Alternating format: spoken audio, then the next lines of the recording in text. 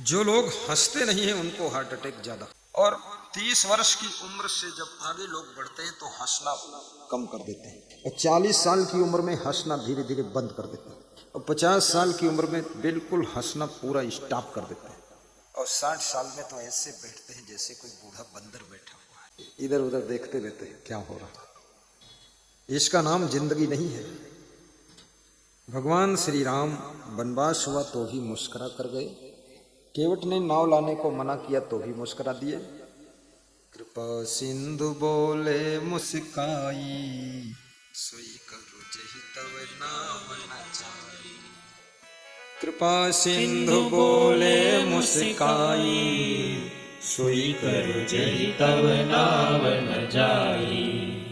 एक आदत बनाइए प्रसन्न रह करके काम करने की आदत, टेंशन मुक्त प्रबंधन, tension free of management in life. आपकी जिंदगी में ऐसा मैनेजमेंट हो, टेंशन मुक्त हो। मैनेजमेंट भी करो और टेंशन भी ना रहे। इसके लिए क्या करना पड़ेगा? एडवांस सोचना पड़ेगा, एडवांस। ऐसे लफेबाजी से काम नहीं चलेगा। बिफोर डिसीजन, बिफोर थिंकिंग, और बिफोर वर्किंग, और before sitting adjusting, before settlement, पहले से ही अलर्ट। आग लगे तब कुआं खोदावे, मूर्ख की पहचान बतावे। जब आग लग गई तो कुआं खोदने बैठे, बोर कर रहे हैं, बोर मशीन मंगाया, इधर घर जल रहा है, तो मूर्ख ही है। मूर्ख बहन सार संग भेजे, मूर्ख जाई पराई सेजे। बैठत जाही डार परे, काटत वाही डार। गिरन मरन को भय नहीं, मूर्ख गति संसार। एडवांस सोचो। कल हमारे संत 450 किलोमीटर की यात्रा करके बरेली से पहुंचे रात में 2 बजे, और मैं 2 बजे उठा। 2:20 पर उनको रिसीव किया, अंदर लाई, सबको तिल के लड्डू खिलाया, गेहूं वाला लड्डू खिलाया, सबको सोने की जगह बताया। फिर मैं 3 बजे सोया, सबको खांसी की दवा पिलाया।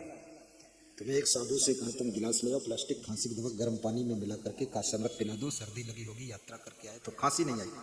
तो लाया गिलास, तो 3 को दे दिया, चौथा गिलास जो था वो फूटा हुआ लाया, तो वो सब मेरे कपड़ों में गिर गई खांसी की दवा। तो हमने कहा चलो ये भी एक प्रोग्राम, इसमें 15 मिनट लगेगा, नया कपड़ा पहनना पड़ेगा। कपड़ा पहना, उनको सुला दिया, और सवेरे ही बता दिया तुमको भोपाल जाना है।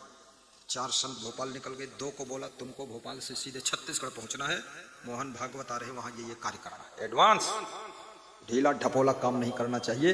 कितने साधुओं का काम भी ऐसा लचर पचर, लचर पचर, धचर पचर। ज्यादा लचर पचर वाले लोग कचर जाते हैं। गृहस्थ आदमी को भी एडवांस सोचना चाहिए।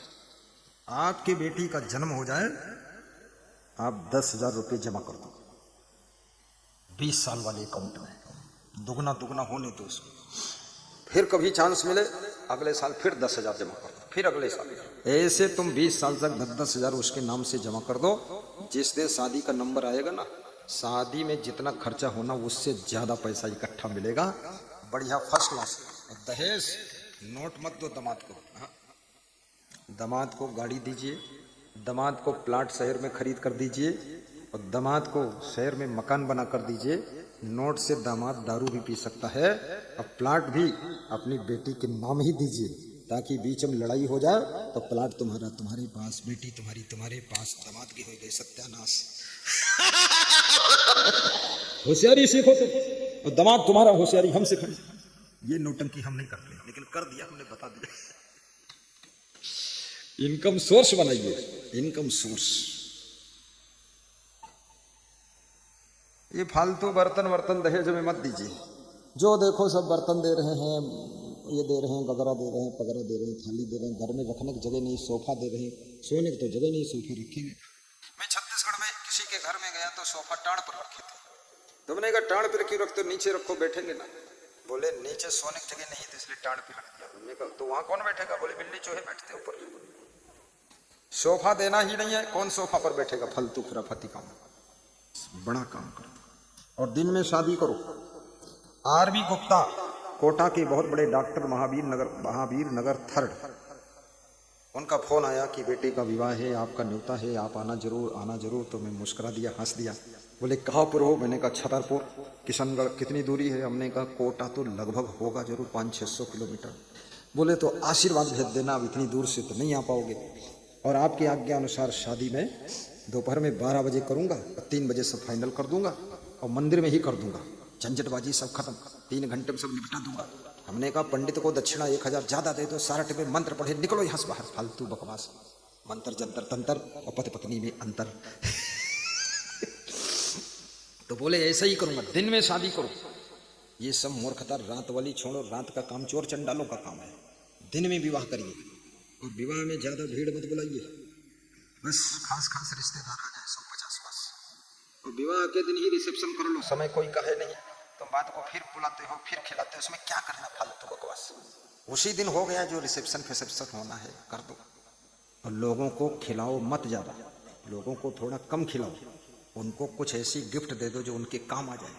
खिलाने के बजाय गर्मी है तो सबको एक हीटर दे दो कि ले जाओ सब 100 रिश्तेदार 100 हीटर ले जाओ, चलाओ जा करके। और हीटर नहीं देना तो एक घड़ी दे दो।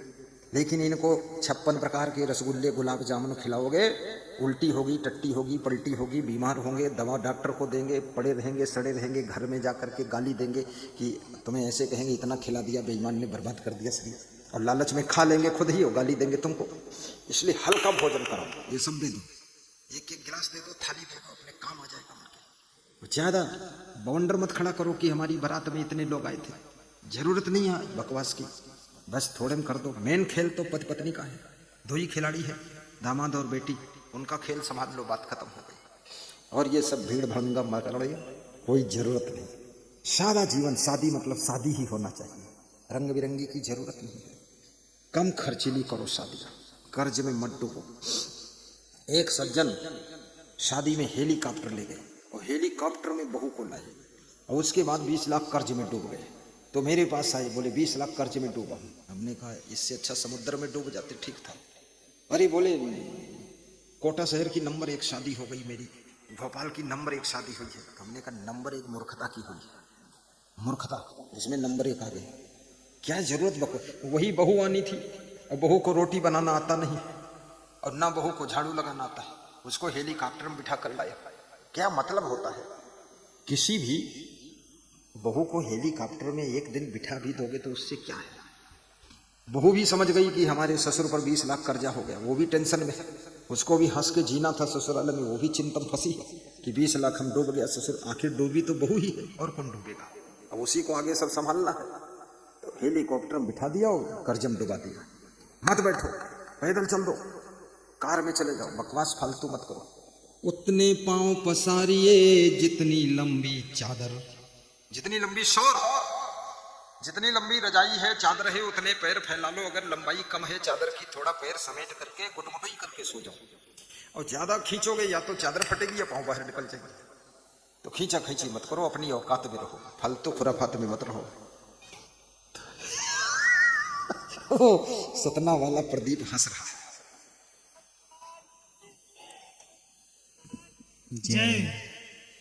जब जब हो ही धर्म की हानि, बढ़ी असुर अधम अभिमानी, तब तब प्रभु धरि मनुज शरीरा, हरहि सकल सचन भव पीड़ा। तब तब प्रभु धरि मनुज शरीरा, हरहि सकल सचन भव पीड़ा। जब जब हो ही धर्म की हानि, बाढ़हि असुर अधम अभिमानी।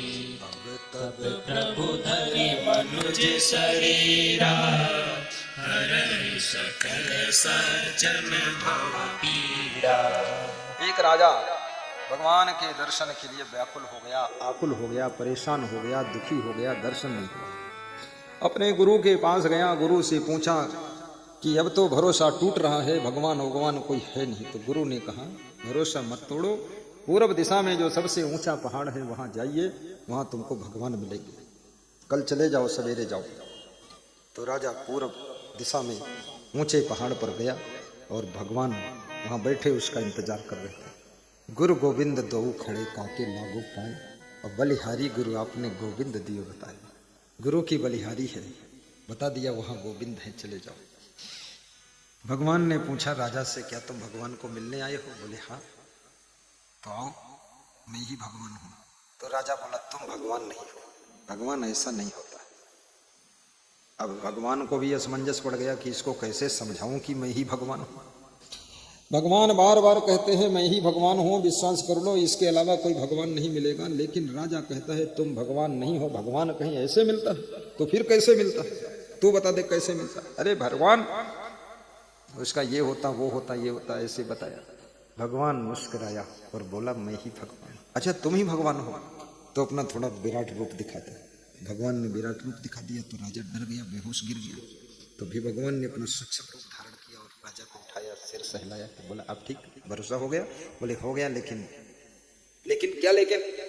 बोले वरदान मांगना चाहता हूं। वरदान, दान और वरदान, अनुदान, योगदान, श्रमदान, वस्त्रदान, नेत्रदान, अंगदान, प्रेमदान, ज्ञानदान, अन्नदान, वरदान। वरदान बहुत बड़ा, छोटी मोटी चीज नहीं, वरदान। वरदान देना भी कठिन है, वरदान फलित होना भी कठिन है, वरदान प्राप्त करना भी कठिन है। वरदान सबको मिलता ही नहीं है, दान तो मिल जाएगा पर वरदान नहीं मिलेगा। ये वरदान कैसे मिलेगा? तो राजा ने पूछा क्या वरदान मांगोगे? भगवान ने कहा जो मांगना मांग ले। राजा बोला मैं ये मांगता हूं, मेरे देश की जो प्रजा है और मेरी जो रानी है, उनको सबको भगवान तुम दर्शन दे दो। जैसे मुझको दर्शन दिया है ऐसे उनको भी दर्शन दे दो। बस इतना ही? बोले बस इतना। बोले राजा तेरे को ये पता है कि वो लोग दर्शन करना चाहते भी हैं कि नहीं? बोले सब दर्शन करना चाहते हैं। आपके दर्शन कौन नहीं करना चाहता है? अरे भगवान के दर्शन के लिए तो नंदलालपुरा से बालकृष्ण पटेल और गयासी राम भी आए हैं, भगवान का दर्शन मिल जाए। वो धर्मेंद्र डॉक्टर आए हैं, पन्ना जिले से पवन कुमार आए हैं, सब भगवान का दर्शन चाहते और क्या चाहते हैं? भगवान का दर्शन। लेकिन भगवान का दर्शन, तो भगवान ने कहा एव मस्त, जाओ तुम कल सबको लेकर के आओ और मैं सबको दर्शन दे दूंगा। हम अनंत रूप धारण कर लेंगे, सबको मिल लेंगे और सबको दर्शन दे देंगे। राजा वहां से खुश होकर मुस्कुराता हुआ लौट करके आया, नगर में ढिढोरा पिटवाया, सूचना फैलाई कि सबको कल चलना है। सवेरे सवेरे 4 बजे यात्रा शुरू होगी, स्नान करके नए कपड़े पहनकर भगवान के दर्शन के लिए पूर्व दिशा में जो सबसे ऊंचा पहाड़ है वहां चलना है। राजा का आदेश, सब तैयार हो गई, पूरी प्रजा तैयार हो गई, रानी भी तैयार हो गई, सब रेडी। सब हाथ जोड़ के फूल वूल लेकर के भगवान के पास जब जाओ तो कुछ भेंट लेकर भी जाओ। फूल ले लो, माला ले लो, दक्षिणा भी ले लो, फल भी ले लो, सामान ले लो, कुछ ले लो।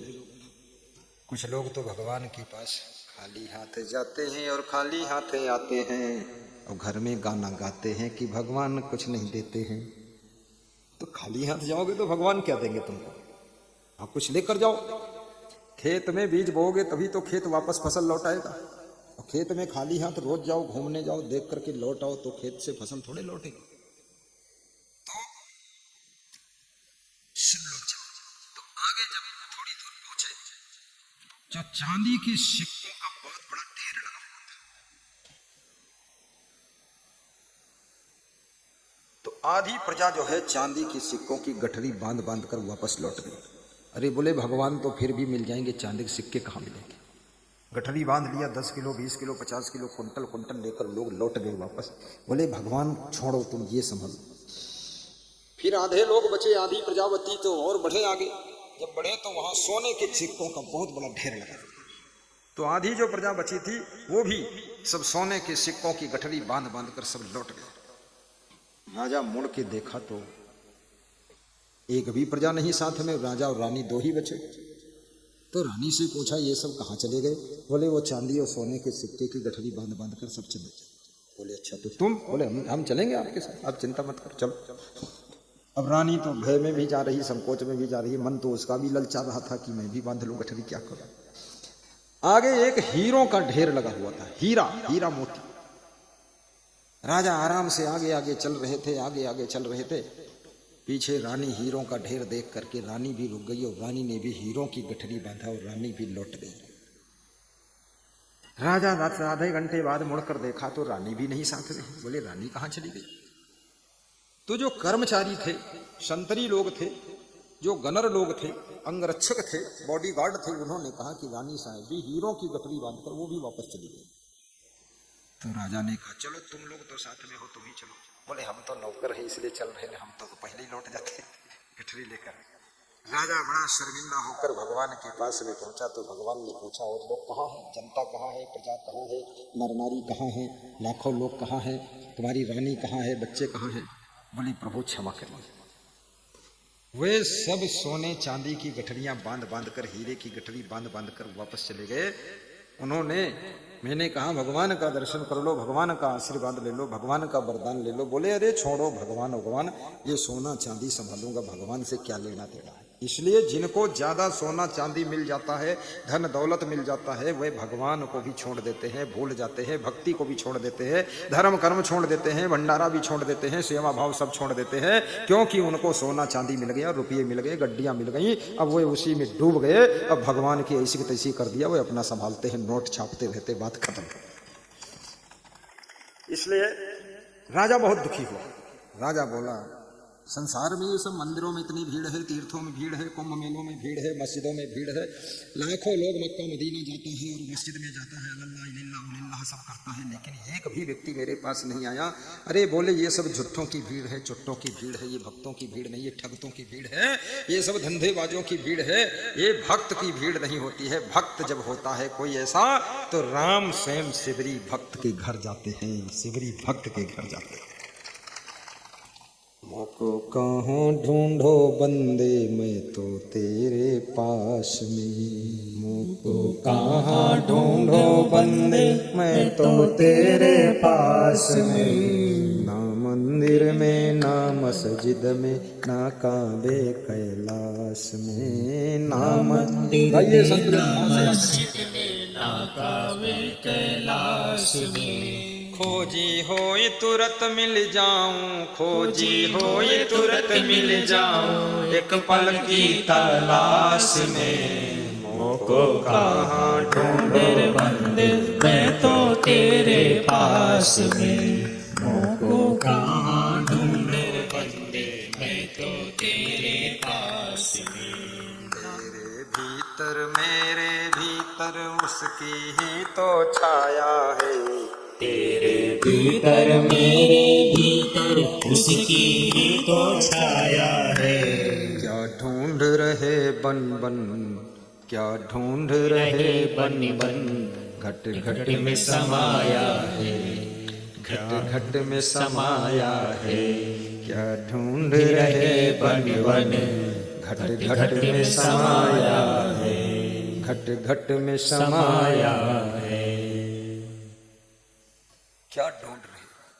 कल मेरे संत ने एक क्वेश्चन मुझसे किया कि लोग वन में जाते हैं, कंदरा में रहते हैं, पहाड़ों में तपस्या करते हैं, जंगलों में करते हैं भगवान को पाने के लिए, तो भगवान क्या जंगल में रहता है, पहाड़ पर रहता है? हमने कहा भगवान पहाड़ पर नहीं रहता है, न जंगल में रहता है।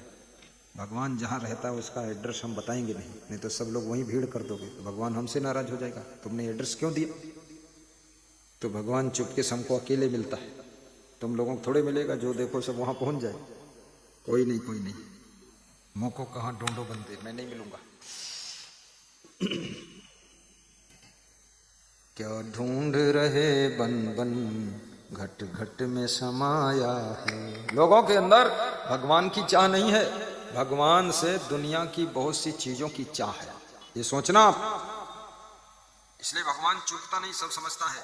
लोग भगवान को नहीं चाहते हैं, भगवान से दुनिया की चीजों को चाहते हैं।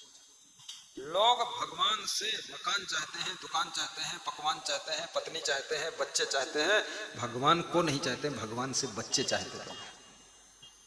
भगवान के पास के बच्चों की फैक्ट्री है जो तुमको दे देगा? वहां भीड़ लगाकर खड़े हो, तुम्हें माता पिता, तुम्हें एक पुत्र दे दो, एक पुत्री दे दो। पुत्र पुत्री उसी को हो सकते हैं, किसको हो सकते हैं? जो व्यक्ति दूसरे के पुत्रों से प्रेम करेगा, दूसरे की पुत्री से प्रेम रखेगा, उसके घर में पुत्र पुत्री जरूर जन्म लेंगे। बच्चों से प्रेम रखो, बच्चे होंगे। बच्चों को क्षमा करो तो बच्चे होंगे, और बच्चों का आदर करो तो बच्चे होंगे। ऐसे थोड़े बच्चे होंगे। क्या ढूंढ रहे बन बन घट घट में समाया है, क्या ढूंढ रहे बन बन घट घट में समाया है। तेरे भीतर मेरे भीतर, तेरे भीतर मेरे भीतर उसकी ही तो छाया है। ढूंढ रहे बन बन घट घट में समाया है। कितने लोगों ने हर साल भगवान बदला। थोड़े दिन राम की पूजा किया, मनोकामना पूर्ण नहीं हुई तो अब कृष्ण की पूजा शुरू किया। एक साल कृष्ण की पूजा किया, मनोकामना पूर्ण नहीं हुई तो हनुमान जी की पूजा शुरू कर दिया। और हनुमान जी की पूजा से भी मनोकामना पूर्ण नहीं हुई तो शंकर भगवान की पूजा शुरू किया। और शंकर से नहीं हुई तो गणेश की करने लगे। अरे जब बाप उनका नहीं कर पाए तो बेटा क्या करेगा मनोकामना पूरी। और गणेश की भी जब नहीं हुई तो नंदी बाबा, वो जो बैल है गणेश और वाहन उनका भगवान शंकर का, नंदी बाबा हाथ जोड़े बैठे कि नंदी बाबा तुम ही कुछ करते। नंदी बाबा तुमका उठाए पटक दे और क्या करते।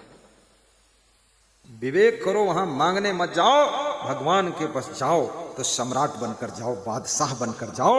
भगवान से केवल भगवान को मांगो, भगवान से सामान मत मांगो। जोर से ताली बजाओ। अरे फूल मिल जाए तो खुशबू तो अपने आप मिल जाती साथ में ही, शक्कर मिल जाए तो मिठास सब मिल ही जाती है, और गुरु जी मिल जाए तो गुरु की कृपा मिल जाती है, और कृपा मिल जाती है तो सब कुछ मनोकामना पूर्ण भी हो जाती है। गुरु से तो केवल गुरु की कृपा मांगिए और कुछ नहीं मांगिए, गुरु सब तुमको आशीर्वाद देगा, हो जाएगा। गुरु समान दाता नहीं याचक से समान, तीन लोक की संपदा गुरु दीनी दान। तीन लोक की संपदा सो गुरु दीनी दान। गुरु के समान और कौन दाता है? तो नर हरि लाग दम विकार बीनु ईंधन, मिले न बुझाने हारा,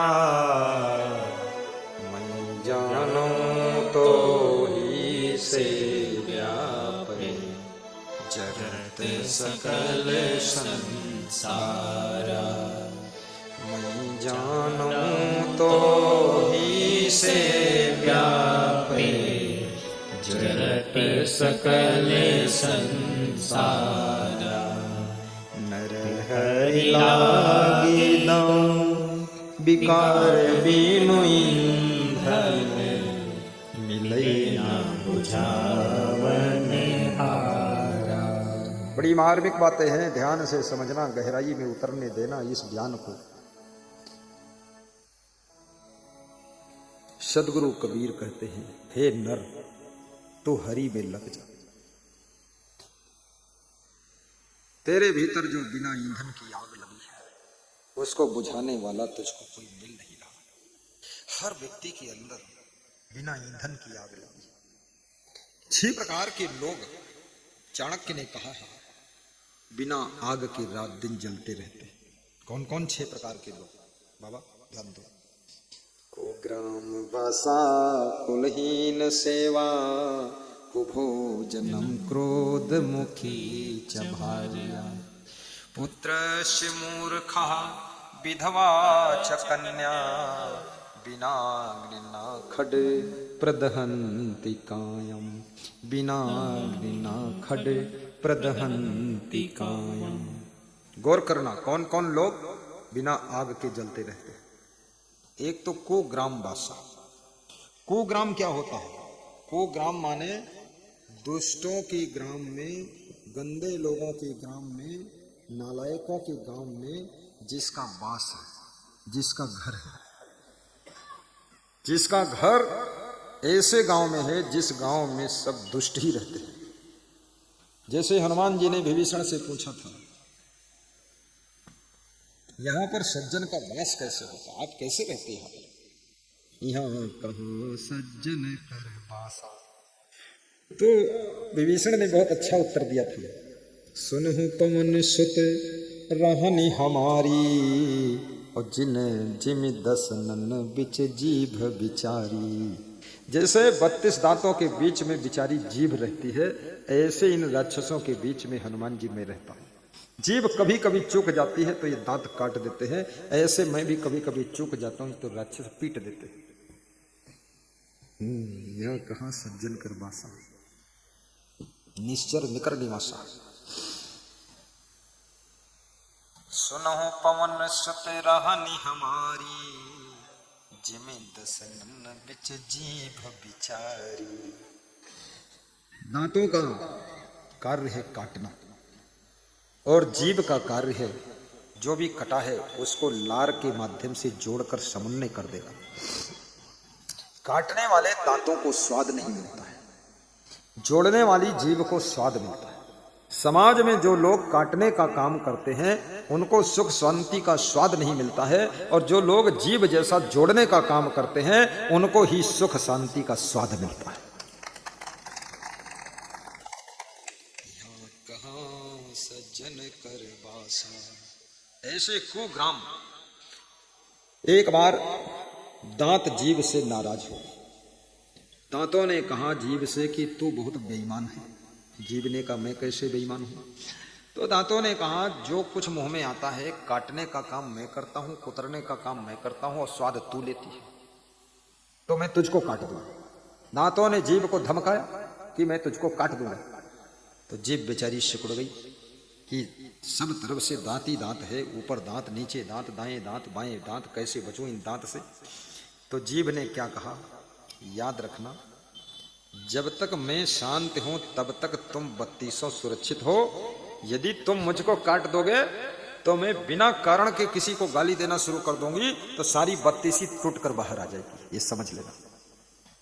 ये जितने कठोर लोग हैं, राक्षस लोग हैं, ये सब सज्जनों के कारण ही सुरक्षित हैं। जिस दिन सज्जन का मूड घूमा उसी दिन ये दुष्ट दुर्जन सब साफ हो जाएंगे। इसलिए याद रखना, जिमे 10 नन बिच जीभ बिचारी, सुनहु पवन सुत रहनी हमारी। बहुत आनंद आ रहा है। आज भंडारा भी बन रहा है, सब लोगों को भोजन भी मिलेगा। बड़ी तैयारियां चल रही हैं, थोड़ा थोड़ा खुशबू भी आ रही भंडारे की। सौभाग्यशाली हो तुम लोग, आज माल छको खूब।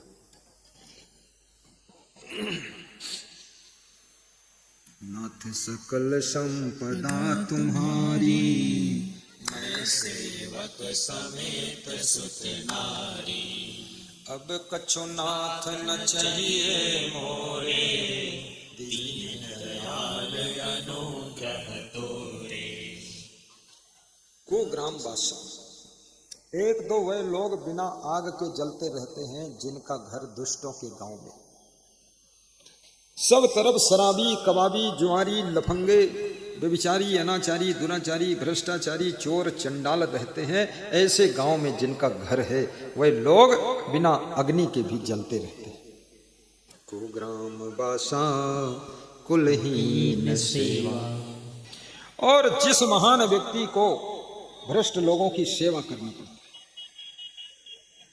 स्वयं इतना श्रेष्ठ है, दिव्य है, पवित्र है, लेकिन फिर भी किसी कारण बस भ्रष्टों की सेवा करना पड़ता है। कुलहीन, कुलहीन का मतलब होता है जिसके कुल विचारहीन है। नीच वही है जिसके विचार नीच है, उसकी सेवा करना पड़ता है। वो मांस खाता है, मछली खाता है, अंडा खाता है, मुर्गा खाता है, कुकर्म करता है, लेकिन उसकी सेवा अच्छे व्यक्ति को करना पड़ता है। उसको भी बिना अग्नि के जलना पड़ता है। कुलहीन सेवा क्रोध मुखी च भाल्या। कुग्राम बासा कुलहीन सेवा, कुभोजनम क्रोध मुखी च भाल्या। और जिसको शुद्ध भोजन भी नहीं मिलता है। जब बारात होती है, कोई सम्मेलन होता है और लोग पत्तलों में जूठा भोजन फेंकते हैं, कुत्ते दौड़ते हैं खाने के लिए और साथ में कुछ भिखमंगे गरीब आदमी भी दौड़ते हैं। कुत्तों के मुंह से पत्तल छीनते हैं और उसमें से निकाल कर खाते हैं। ऐसा भोजन जिनको नसीब हो रहा है। चाणक्य कहते हैं वे लोग भी बिना अग्नि के जलते रहते हैं। दूसरी तरफ देखते हैं लोग थाल के सामने चेयर पर बैठकर टेबल पर थाल रखकर प्रेम से चख चख कर खा रहे हैं और उनको बेचारों को फेंका हुआ भोजन उसमें से निकाल कर बटोर कर खा रहे हैं। को भोजन क्रोधमुखी चमार्या। और चौथे वे लोग जिनको क्रोधी स्वभाव की पत्नी मिली है, बहुत गुस्सा आती है, एकदम नागिन की तरह फुफकारती है, जरा भी शांति नहीं है, खतरनाक है स्वभाव। मेरे पास में बिहार में एक व्यक्ति आया, मैं अपनी माँ से बहुत दुखी हूं। हमने कहा माँ को क्या हुआ? बोले माँ ने सबको रुला के रख दिया। क्या रुला दिया? बोले इतना मूडी डूडी है, मेरी पत्नी भी रोती है, मैं भी रोता हूँ, मेरा बाप भी रोता है, बड़ी चुड़ैल है मेरी माँ। देखो आपको बुलाया, आपका सत्संग कराया, माँ नहीं आई सुनने के लिए, वही रहती इतनी दुष्ट है। तो हमने कहा माँ को भूल जाओ, माँ के मरने से पहले सोच लो तुम्हारी माँ मर गई है। बोले सोचता हूं लेकिन फिर वो जिंदा बैठी दिखती है। इतनी गाली बकती है, इतना उल्टा पलटा बोलती है, सब घर नरक हो गया। माँ के मुख से गाली शोभा नहीं देती है। माँ का स्थान देवी का स्थान, माँ का स्थान नारी का स्थान, नारायणी का स्थान है, लक्ष्मी का स्थान है। तुम रंभा हो, जगदम्बा हो, तुम लक्ष्मी हो, तुम्हारी तो पूजा होती है, तुम कैसी अभद्र गालियां बोल रही। अपने बेटे को भी खुश रखो, पति को खुश रखो, अपने पिता को भी खुश रखो, बच्चों को भी खुश रखो। खुश रखने की भी कला सीखो, सबको थोड़ा खुश रखना सीख जाओ। जो दूसरों को खुश करना सीख जाता है, खुश रखना सीख जाता है, याद रखना सफलता उसके चरण चूमने के लिए आती है, वो कभी हारता ही नहीं है, जिंदगी भर जीतता चला जाता है। तुम उन्नति चाहते हो, अपने गुरु को भी खुश रखो, गुरु भाइयों को खुश रखो, शिष्यों को खुश रखो। तुम अपनी तंगा में चलोगे, झन झन झन झन भन भन भन भन ढिन ढिन ढिन ढिन, अपने भाई को भी खुश रखो, भाभी को भी खुश रखो। मैं आजमगढ़ में एक सज्जन के यहाँ गया, उनका नाम था मोहन जैसा कुछ नाम था, सराय मोहन गांव का नाम था, उनका नाम भी शायद मोहन था। उनके घर गए तो हमने परिचय पूछा, ये कौन, वो कौन, ये कौन? तो उन्होंने बताया ये मेरी पत्नी है, ये मेरी भाभी है, ये मेरा ये है, वो है, सब बताया। तो हमने कहा ये भाभी है? अरे बोले भाभी नहीं, ये तो रोने लगे, बहुत रोने लगे। तो उनकी भाभी भी रोने लगी, उनकी पत्नी रोने लगी, बच्चे रोने लगे। तो हमने कहा रोते क्यों हो, भाभी ने बहुत दुख दिया है क्या? बोले दुख नहीं दिया है, मेरी माँ बचपन में मर गई थी, मैं छोटा ही था, इसी ने पाला है, इसी ने पोसा है, इसी ने पढ़ाया है, इसी ने, मैं तो सर्विस पा गया, इसने पढ़ा लिखा दिया और इसी ने मेरे को डायरेक्शन दिया है, इसी ने सब कुछ संभाला है। ये भाभी नहीं है, ये माँ से बड़ी माँ है, इसके पाँव छू करके मैं आशीर्वाद मांगता रहता हूँ, ऐसी भाभी सबको मिले तो जीवन धन्य हो जाए। वो मास्टर था, रोने लगा, प्रिंसिपल था, रो रहा था, भाभी के सत्कार्यों से रो रहा था, खुश हो रहा था, रो रहा था। और उसकी उम्र भी करीब करीब 57-58 साल और रो रहा था। तो हमने कहा रोते हो, शर्म नहीं आती है? अब बोले शर्म क्या करूं, जब रुलाई आती तो रोता हूं, शर्म वरम क्या करूं? बोले ऐसे कई बार रो चुका हूं, ये भाभी के प्रेम में रोता हूं, और ये मेरी पत्नी को भी इसी ने संभाला और सबको संभाला। ये तो बिल्कुल अवतार रूप है, लक्ष्मी है, रंभा है, जगदम्बा है, नारायणी है, जो भी कहो मेरे लिए तो ये वैष्णो देवी यही है, पूर्णागिरी देवी यही है। क्या बात है! ये नारी का स्थान बहुत ऊंचा स्थान होता है। जिस घर की नारियों की चेतना जागृत हो गई, वो घर स्वर्ग बन जाता है। इसलिए अपने माँ के भी पैर छूना चाहिए, माँ का आदर करो, अपनी बेटियों का भी आदर रखो, अपनी बेटियों को, बहनों को भी गाली वाली मत देना, और बेटियों को भी चाहिए कि ऐसे रहो जैसे देवी रहती है। कहीं मन को भटकने मत देना, फैशन के चक्कर में मत फंस जाना, किसी की आकर्षण में फंस जाना नहीं, फंसना है कहीं भी इधर उधर। एकदम अखंड व्रत धारण करके माता पिता के सम्मान को संभालते हुए अपनी जिंदगी को आगे बढ़ाना है। इसी का नाम बेटी है। नारी मर्यादा में रहो। पुरुषों को पुरुषोत्तम बनना चाहिए, नरोत्तम बनना चाहिए, सर्वोत्तम बनना चाहिए, अत्युत्तम बनना चाहिए। केवल पुरुष बनकर पैदा हुए, पुरुष बनकर जिए, पुरुष बनकर मर गए तो क्या खास हुआ? पुरुष बनकर पैदा हुए लेकिन पुरुषोत्तम बनकर जियो, और नरोत्तम बनकर के बूढ़े हो जाओ, और सर्वोत्तम बनकर के मर जाओ, तब ये मनुष्य का जीवन पाना सार्थक है। और जोर से ताली भी बजा दिया करो, ऐसे मरियल सड़ियल घड़ियल पड़ियल हाँ, बस आनंद आ गया, आनंद मंगल छाए, आज हम कहाँ न पाए।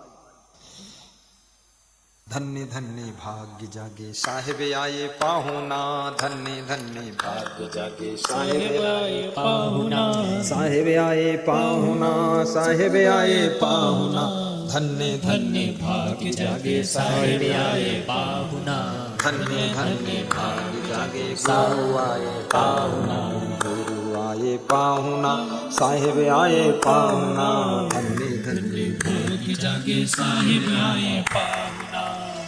अपने अपने घरों में ले जाने का भी संकल्प करो कि अपने गांव में गुरु का सत्संग कराऊंगा। मन में सोचो तो सही, एक दिन आएंगे सही। तुम पहले से ही सोचते ही नहीं हो, मन में विचार बनाओ, देखो एक दिन वही घटना घट जाएगी। तुम्हारे घर में ऐसी संतान का जन्म हो जाएगा, पढ़ लिख कर डॉक्टर बन जाएगा, कलेक्टर बन जाएगा, सर्विस पा जाएगा, बिजनेस बड़ा लंबा चौड़ा करेगा, और तुम गांव में बुलाने लायक हो जाओगे। लेकिन मन में सोचोगे आज, तब 10-15 साल बाद नंबर आएगा। हमें बहुत से परिवार के लोग, बच्चे भी मिलने आते, दर्शन करने आते, तो मैं उनसे बोल देता हूँ लड़कियों से कि संकल्प ले लो कि तुम डॉक्टर बनना, तुम शिक्षिका बनना, तुम ये बनना, तुम वो बनना, फिर अपने पैसे से सत्संग कराना, हमको बुलाना। बोले जी जी जी। अब मैं तो ऐसे कहकर निकल गया। अब वो फंस गई बेचारी लड़कियां, वो पढ़ती हैं, खूब रगड़ी मार रही हैं। Zn+S2SO4 बराबर Zn+SO4+S2, हाइड्रोजन गैस ऊपर उड़ गई, गुरु जी तो चले गए। डॉक्टर बनना है, बायोलॉजी पढ़ो। एक संकल्प होना चाहिए। मेरे मन में भी संकल्प बहुत पहले से थे। 9th में पढ़ता था, मेरे संकल्प था मैं साधु बनूंगा। दूसरा संकल्प था गरीब नहीं रहूंगा। तीसरा संकल्प था पढ़ाई टॉप की करूंगा, साधु बनूंगा, लेकिन भोंदू नहीं रहूंगा। बहुत सारे साधुओं को देखा, साधुओं को देख करके साधुओं से वैराग्य हो गया कि ऐसा मॉडल का साधु नहीं बनूंगा, गंदा फंदा लंदा बंदा, ये सब लथरे पथरे घूम रहे हैं, अरे ये पान तमाकू गांजा भांग खाता पीता, अरे पागल है कि साधु है ये। मैं तो ऐसा नहीं बनूंगा। मेरे माता जी ने कहा इस तरह साधु बनोगे, अरे मैं तो इसके पास नहीं बैठूंगा, ये तो पूरा खबुच्चड़ रखा है फालतू। बोले तुम कैसे बनोगे, बहुत बड़े पंडित बनते हो। हमने कहा महापंडित, तुम पंडित बताती हो, महापंडित। मैं छोटा था, वो पैर धोती थी माता जी, तो मैंने कहा कि नीचे मत खड़ा करना, जमीन पर पलंग पर बिठाओ। बोले इतने बड़े पंडित हो, पाँव माटी नहीं लगनी चाहिए। हमने कहा नहीं लगनी चाहिए। बोले बड़े हो गए तब? हमने कहा तो इससे बड़ा पंडित हो जाऊंगा। बोले बैठो महंत जी, फिर खाट पर बैठा देती थी। हमने कहा पैर पोछो तो पैर पोछती थी। बोले अब? तो हमने कहा अब लाओ नाश्ता करें और क्या। बोले भगवान हो क्या? हमने कहा बनूंगा भगवान, नहीं हो तो बन जाओ। फिर मैं साधु बना तो मेरे संत लोग मेरे चरण पोंछते थे। बोले है ये बड़ा विकट आदमी वास्तव, हमसे बचपन में चरण पोंछवाया, निकला महान, महापंडित हो गए। मन में तमन्ना तो होना चाहिए। भगवान श्री राम ने गुरु वशिष्ठ से पूछा था भगवान बनने के लिए क्या करना पड़ता है। कोई आदमी क्वेश्चन नहीं करता विश्व के अंदर कि भगवान बनने के लिए क्या करना चाहिए। कोई पूछता डॉक्टर बनने के लिए क्या करना चाहिए, भगत बनने के लिए क्या करना चाहिए, दीक्षा लेने के लिए क्या करना चाहिए, साधु बनने के लिए क्या करना चाहिए, लेकिन ये कोई नहीं पूछता भगवान बनने के लिए क्या करना चाहिए। राम ने पूछा वशिष्ठ से, योग वशिष्ठ निर्वाण प्रकरण में इसका उत्तर है जीतेन्द्रियः जननेन्द्रियः च निगृहीतानि सर्वसा भगवानम भवेत। जो अपनी जननेन्द्रिय को, जीवा इंद्रिय को बस में कर लेता है, हे राम, वो तुरंत भगवान बन जाता है। भगवान बनने में देर नहीं लगती। अभी श्री सुंदर लाल पियासी जी 2 मिनट ऊपर बोलने के लिए आए थे, कह रहे थे बाल ब्रह्मचारी होना बहुत कठिन है। हमारे गुरुजी बाल ब्रह्मचारी है, भगवान का रूप है, और भगवान से मिला भी देते हैं, भगवान से मिल चुके हैं, और ये सब कर देंगे, जंतर मंतर तंत्र, चकई की चकदम मकई के अलावा तिकड़ी तिकड़म सब कर वो सब बता रहे थे। वास्तव में मनुष्य में दृढ़ता होनी चाहिए। विश्व एक तरफ खड़ा हो जाए फिर भी तुमको बीड़ी ना पिला पाए, तुम्हारी आदत को न बिगाड़ पाए, तब समझ लो तुम महान हो। और तुमको किसी ने अगर दिखा दिया बीड़ी तो सुट सुट पीना शुरू कर दिया, अरे तुम इंसान भी नहीं। ऐसे तो गाय भैंस भी नहीं पीती। गाय भैंस को तुम चिलम दिखा दो पिएगी? कभी नहीं। दारू दिखाओगे पिएगी? नहीं पिएगी। लेकिन तुम्हें अगर कोई गोबर दिखाई दे तो एक जीभ मार दे होगा। हाँ, ये मॉडल है तुम्हारा। दृढ़ता होनी चाहिए, त्याग, वैराग, नियम, संयम, विवेक, रहनी गहनी। साहिब बंदगी बोलो। समय हो रहा है खत्म धीरे धीरे, बस 15 मिनट और बचे हैं। सत्संग बंद होते ही उधर खाने के लिए मत भाग जाना, महामंगल आरती भी कर लेना। कितने लोग तो सोच रहे बस तुम बंद करो तो ही उधर ही दिखाई दूंगा मैं। अरे भोजन तो रोज मिल जाएगा। गुरु का दर्शन करो, गुरु के सामने बैठो, गुरु की आरती करो, भगवत आरती करो। उधर जब आज्ञा दूंगा तभी उधर जाना, ऐसे मत जाना, लालची मत बनना। कामी क्रोधी लालची भक्त न इनसे होए, भक्त करे कोई सूरमा जाति वर्ण कुल खोए। इसलिए लालच नहीं करना खाने पीने का है।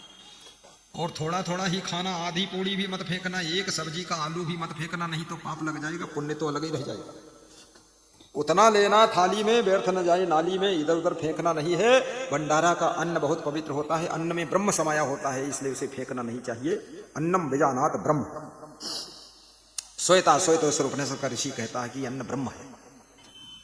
मूर्खा यत्र न पूज्यन्ते धान्यम यत्र सुसंचितम दाम्पत्ये कलहो नास्ति श्री स्वयं आगता। जो मूर्खों की संगत नहीं करता है, अन्न का पान नहीं करता है, पति पत्नी कलह कलेश नहीं करते हैं, उनके घर में लक्ष्मी आकर के बसेरा करती है, उनके घर में दरिद्र कभी रुकता ही नहीं है, वो घर धन धान्य से पूर्ण हो जाता है। जहाँ सुमति तहाँ संपत्ति नाना, जहाँ कुमति तहाँ विपत्ति निधाना, जहाँ सुमति तहाँ संपत्ति नाना, जहाँ कुमति तहाँ विपत्ति निधाना। मंगल मूल अमंगल दमनु, सेवक सदन स्वामी आगमनु। मंगल भवन अमंगल हारी, जय जय जय गुरुदेव तुम्हारी। मंगल भवन अमंगल हारी, द्रवहु सुदशरथ अजर बिहारी। द्रवहु सुदशरथ अजर बिहारी। नाथ सकल संपदा तुम्हारी, मैं सेवक समेत सुत नारी। मंगल मूल अमंगल दमनु, सेवक सदन स्वामी आगमनु। को ग्राम वासा कुलहीन सेवा, कुभोजनम क्रोध मुखी च भार्या। पुत्रस्य मूर्खः विधवा च कन्या, बिना निना खडे प्रदहन्ति कायम। जिनको मूर्ख पुत्र मिला है, ऐसे माँ बाप बिना अग्नि के जलते रहते हैं। जिनको मूर्ख बेटा मिल गया, जिस काम के लिए भेजो बिगाड़ कराता है। और जिनकी जवान कन्या विधवा हो गई है, कन्या का पति मर चुका है, उस विधवा कन्या को देख देख करके माँ बाप दुखी होते हैं, हृदय में आग लगी रहती है, इसकी जिंदगी का क्या होगा। इसलिए इतना पुण्य कमाइए, इतना विवेक रखिए, अच्छे गांव में घर बने, जहां ज्यादा दुष्ट हो धीरे धीरे बेच के निकल जाइए वहां से, शहर में घर बना, और ऐसा पुण्य कमाइए कन्या विधवा भी न होने पाए। आप सबका जीवन मंगल में हो।